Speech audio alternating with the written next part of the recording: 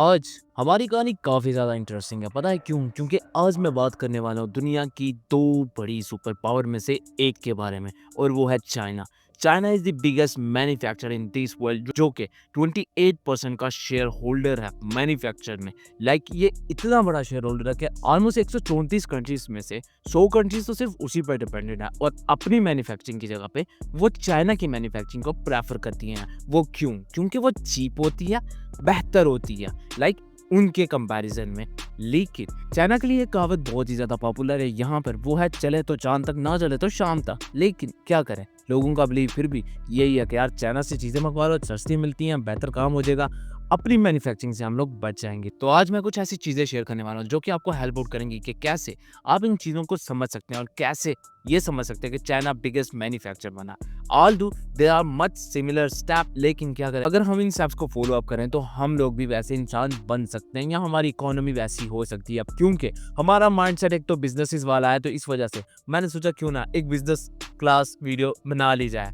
Although ये थोड़ी सी tough होने वाली है और सूरत में अगर हम इसको समझ जाएं तो हमारी इकोनॉमी बहुत बेहतर हो सकती है। चलिए आज कहानी का बकायदा आगाज करते हैं। The scale of China manufacturing. अब ऐसा है कि चाइना बहुत ही लार्ज स्केल पे मैन्युफैक्चरिंग करती है। बिजनेस में एक असूल होता है, अगर आप मैन्युफैक्चरिंग करते हैं ना तो आपको एक कॉस्ट आती है। अब लेकिन जब आप लार्ज मैन्युफैक्चरिंग करते हैं तो वही कॉस्ट कम हो जाती है। अब आपको चीप लेबर के साथ ज्यादा काम मिल रहा है, सस्ता मटेरियल मिल रहा है, और जब सस्ता मटेरियल मिलता है तो आपकी कॉस्ट ऑफ प्रोडक्शन काफी कम हो जाती है। अब जैसे ही वो एंड प्रोडक्ट बनाएंगे तो आपकी कॉस्ट ऑटोमेटिकली डिक्रीज हो जाएगी, क्योंकि जो चीज आपने रेंट पे ली हुई है वहीं पर आप 10,000 चीज़ें बना रहे हैं, तो जब आप उसको डिवाइड करते हो तो वो काफ़ी कम हो जाती है एज़ कम्पेयर टू 1000 की। अब यही हिसाब चाइना यूज़ करता है। चाइना कहता है लार्ज मैन्युफैक्चरिंग का प्रोजेक्ट बनाओ, क्योंकि लार्ज मैन्युफैक्चरिंग आपको हेल्प आउट करती है कि कैसे आपने सेविंग मज़ीद ज़्यादा करनी है। हमारे यहाँ पे ये चीज़ को नहीं समझा जाता, वो कहते हैं यार कम चीज़ें बनाओ, बिक जाएँ तो दूसरी बनाओ।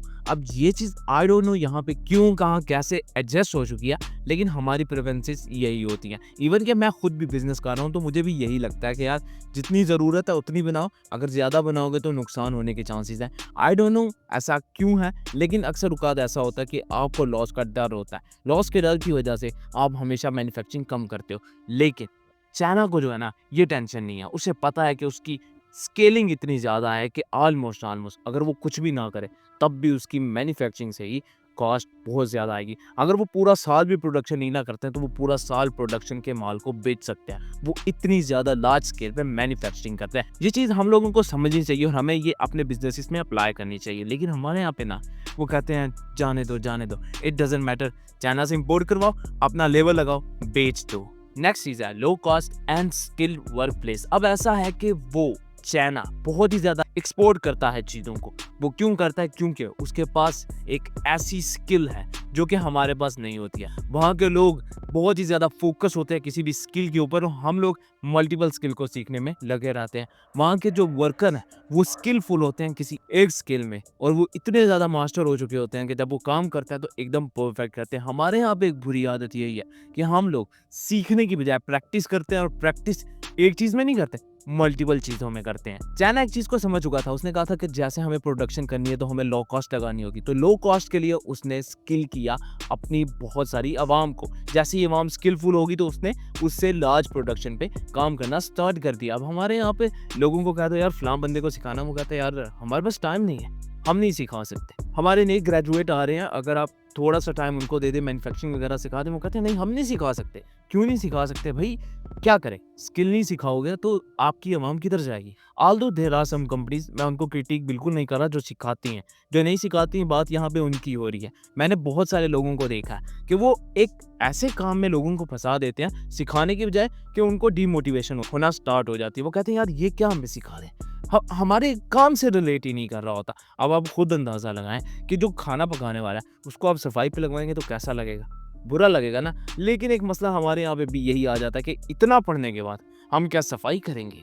यहाँ पे सफाई नहीं करते हैं, लेकिन बाहर जाके सफाई लाज़मी करते हैं। क्यों? क्योंकि भाईजान वहाँ पे डॉलर मिलते हैं ना। चाइना के लोग इस चीज़ को समझ गए और उन्होंने कहा यार कोई मसला नहीं है, हमें सफाई का काम मिलेगा, हम सफाई परफेक्ट करेंगे, हमें मैन्युफैक्चरिंग का काम मिलेगा, हम मैन्युफैक्चर अच्छे से करेंगे।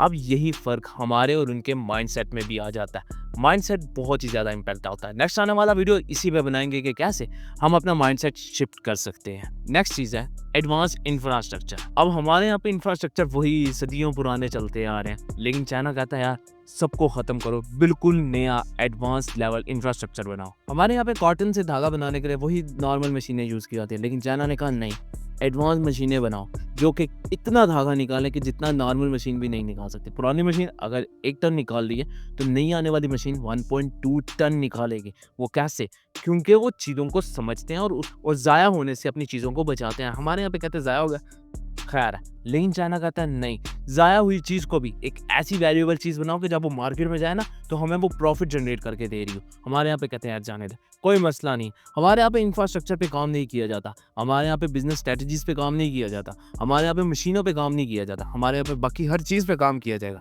लेकिन उन चीज़ों पे नहीं किया जाएगा जो हमारे बिजनेस को ग्रो अप करने में बहुत ज़्यादा इम्पैक्ट डाल रही होगी। हम लोगों को अभी तक ये नहीं समझ आई कि हम लोग चीज़ों को कैसे कॉस्ट कटिंग कर सकते हैं। हालांकि हमें पढ़ाया जाता है कि हम कॉस्ट कटिंग कैसे कर सकते हैं, लेकिन हम लोगों ने उनको अप्लाई नहीं किया। पता है क्यों? क्योंकि हम लोगों ने आज तक सोचा ही नहीं कि चीज़ों को कैसे अरेंज किया जाए। हम लोगों ने बस यही सोचा कि अपने आप की जेब कैसे भरी जाए, अपने लिए प्रॉफिट ज़्यादा कैसे बनाया जाए। चीज़ें महंगी करके हम प्रॉफिट तो निकाल सकते हैं, लेकिन अवाम की पावर ख़त्म हो जाएगी। जब अवाम की पावर ख़त्म हो जाएगी तो वो चीज़ें आपकी कौन खरीदेगा? आपको एक्सपोर्ट करनी पड़ेगी। एक्सपोर्ट से कितने का आप अर्निंग कर लेंगे? उतनी अर्निंग नहीं कर सकते जितनी अर्निंग आप एक मुल्क में रहकर मैन्युफैक्चर करके जनरेट कर सकते हैं। चाइना अपने ही मैन्युफैक्चर किए गए प्रोडक्ट से इतनी ज़्यादा इनकम जनरेट करता है कि उसको बाहर से इंपोर्ट करने की ज़रूरत ही नहीं पड़ती है। Although there are some factor जहाँ पे वो भी काम कर रहा है, और हो सकता है फ्यूचर में वो इतना बड़ा जॉइंट बन जाए कि आपको उसको हराने के लिए अमेरिका तो क्या 4 कंट्रीज़ भी मिल जाए ना, तब भी आप उसका मुकाबला नहीं कर पाएँगे। तो ये आपको समझना है, आपने अपने बिज़नेसेस को ग्रो करना है। अगर आप ये कर पाए तो आप फ्यूचर में चाइना को टक्कर दे पाएँगे। इंडिया ये काम कर रहा है काफ़ी हद तक, तो हो सकता है फ्यूचर में 2 बड़े जायंट आपको देखने को मिले। नंबर 1 चाइना एंड नंबर 2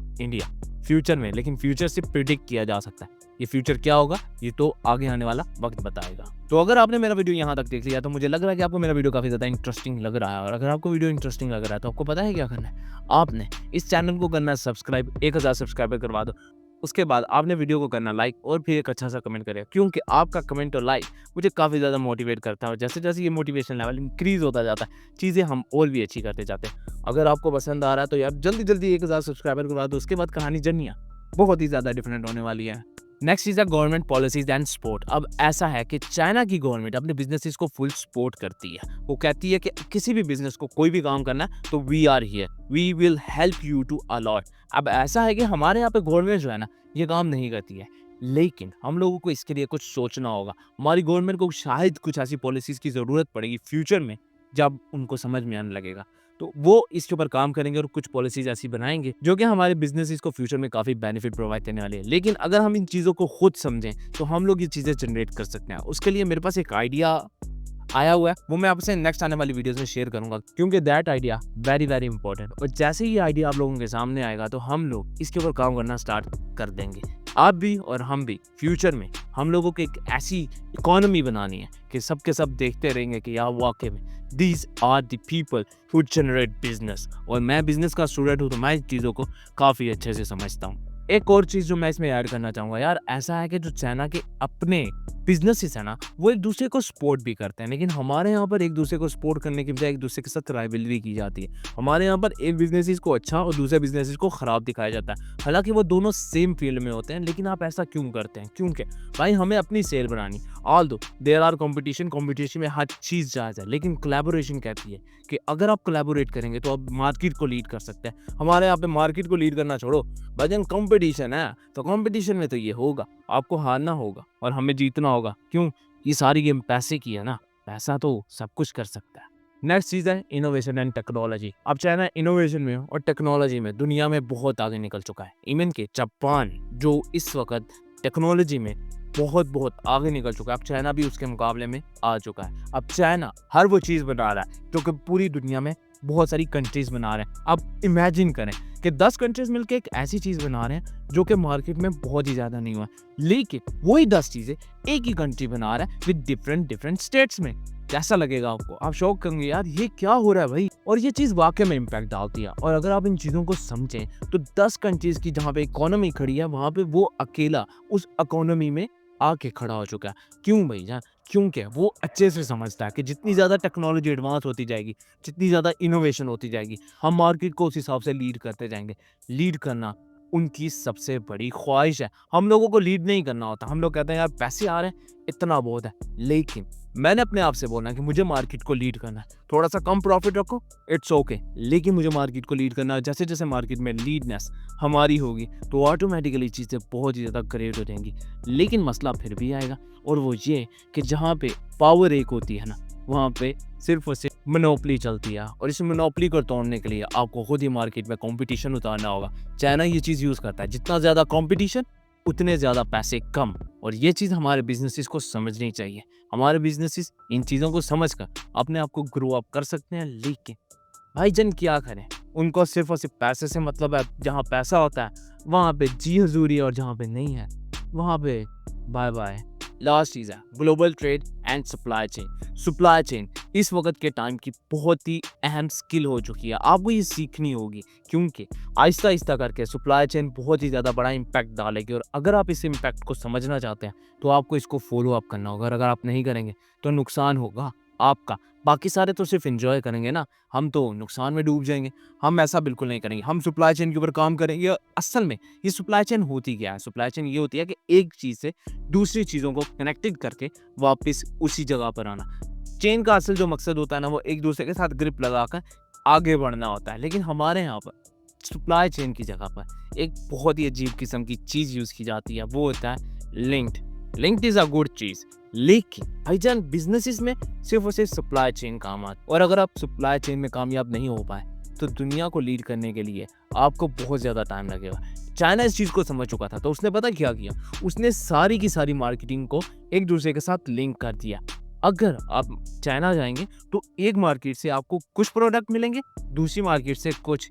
लेकिन अगर आप उन दोनों को कंबाइन करोगे, तभी आपका फाइनल प्रोडक्ट निकलेगा, नहीं तो नहीं निकलेगा। आप मोबाइल की स्क्रीन को लेके क्या करोगे जब आपके पास बैटरी नहीं होगी? और अगर आपके पास बैटरी होगी, तो स्क्रीन का क्या करोगे? अगर आप इन दोनों को कंबाइन करोगे, तभी तो कुछ होगा ना। तो यही चीज़ चाइना समझ चुका था। उसने सारी की सारी मार्केटिंग को एक दूसरे के साथ कनेक्ट कर दिया कि किसी भी शहर की अगर कोई चीज़ बहुत ज़्यादा ट्रेंडिंग में है, तो उसकी चीज़ आपको दूसरे स्टेट से मिलेगी जाके। ये नहीं है कि उसी स्टेट में मिल जाएगी। अगर उसी स्टेट में मिलेगी, तो वो आपको थोड़ी-सी महँगी मिलेगी as compare to that state के। अब जिन लोगों ने ट्रैवल नहीं करना होता, वो तो वहीं से ले लेंगे। लेकिन जो लोग ट्रैवल करते हैं, बिज़नेसेस को समझते हैं, वो ट्रैवल करते हैं और वहाँ से चीप रेट पे चीज़ें बाय करते हैं। ग्लोबल ट्रेड में भी चाइना यही सप्लाई चेन यूज़ करता है। लाइक उसने डिफरेंट कंट्रीज़ में डिफरेंट प्रोडक्ट्स रखती हैं। अब वहाँ पे वो सेल आउट होते हैं और उसके पैसे यहाँ पर आते हैं। और ग्लोबल ट्रेड में वो बहुत ही ज़्यादा मेन एक्टर बन चुका है। अगर आप उसको हराना चाहें, तो नहीं हरा सकते। चाहे आप दुनिया इधर से उधर कर लें, तब भी वो अकेला मॉन्स्टर पूरे के पूरे वर्ल्ड में बहुत ही ज़्यादा पॉपुलर है। और अगर आपको लगता है कि आप उसको हरा सकते हैं, तो उसके लिए आपको तकरीबन 50 साल लगेंगे उसके मुकाबले में आने के लिए। इंडिया आ रहा है उसके मुकाबले में, वो इसलिए क्योंकि इंडिया की इकोनॉमी भी काफ़ी बड़ी है। तो अगर इंडिया को उसके मुकाबले में आना है, तो उसे भी 50 साल लगेंगे। वो पता है क्यों? क्योंकि इंडिया आज भी चाइना से बहुत सारी चीज़ें इंपोर्ट करता है, और जब तक वो इंपोर्ट चल रही है, तब तक भाईजान डिपेंडेंसी बहुत ज़्यादा है। और अगर आप इन चीज़ों को समझते हैं और आपको लगता है कि कोई ऐसी चीज़ है जो मैंने मिस कर दी है, या ऐसा फैक्टर है जो मैंने मिस किया, तो वो आपको मुझे कमेंट बॉक्स में लाज़मी बताना है। So this is the pretty much end of today's, I will catch you in the next